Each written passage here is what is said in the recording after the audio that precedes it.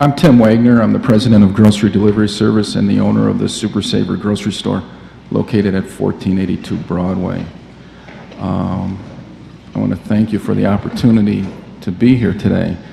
As I'm sitting here listening to many old familiar faces from 25 years ago, I find it necessary to let you know that before I went into the grocery business, I was a respiratory nurse clinician, teacher at Millard Fillmore Hospital, and I served on the board of directors of the American Lung Association. In the early 1980s, the primary goal of the American Lung Association, Roswell Park, and the Cancer Association was to make smoking, cigarette smoking, socially unacceptable by the year 2000. And I think, okay, and I congratulate all of those community organizations because obviously we have succeeded in making cigarette smoking socially unacceptable. That mission was critically important because back in the 70s and the 80s, it would have been unheard of for any legislative body to get together and talk about increasing the tax on cigarettes. It would have been viewed as a regressive tax, okay, that would penalize those who made the least amount of money. Very interesting concept. Now that cigarette smoking is demonized, okay, it has become very easy, as we all know, just witnessed by what occurred last week at the state level. Interesting to note that whenever our fiscal health is in terrible disarray, the first thing that our state legislators do is to increase the tax on cigarettes. It has become a cash cow. It's become a revenue cow. I'm not sure that they really do care too much about the health, okay, of anything beyond the financial needs of the state. A rhetorical comment. I'm not a devil, but there are some perhaps viewed devils here today with us, but I am a responsible tobacco retailer.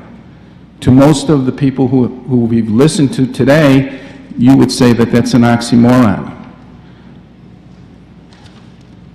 Mr. Smith, who I believe might be the sponsor of this, mentioned at least 3 times, possibly 4 times, that he was lamenting the task at hand, that it was impossible for one inspector to inspect 400 tobacco outlets. One inspector for 400 outlets. Now, given the generosity of city benefits, okay, let's assume that this inspector only works 40 weeks in a year. If he works 40 weeks in a year, how many stores is that he must inspect in a week? 10.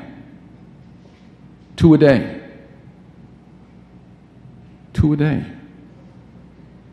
I'd like to get that job when he retires, okay? I would be more productive. I would be able to inspect more than 2 stores a day, given the fact that it seems that the outlets are very centrally located. So how necessary is this law? What's the real purpose of the law?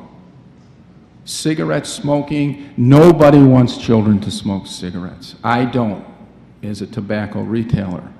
I will share with you that 26 years ago, when I began in business, our store sold in excess of 260 cartons of cigarettes a week. Today, my store sells less than 10 cartons of cigarettes a week. We do not sell to minors. We do not encourage the sale of cigarettes to minors, and we are indeed closely monitored. My staff is educated continuously on the dangers of selling, and they know it.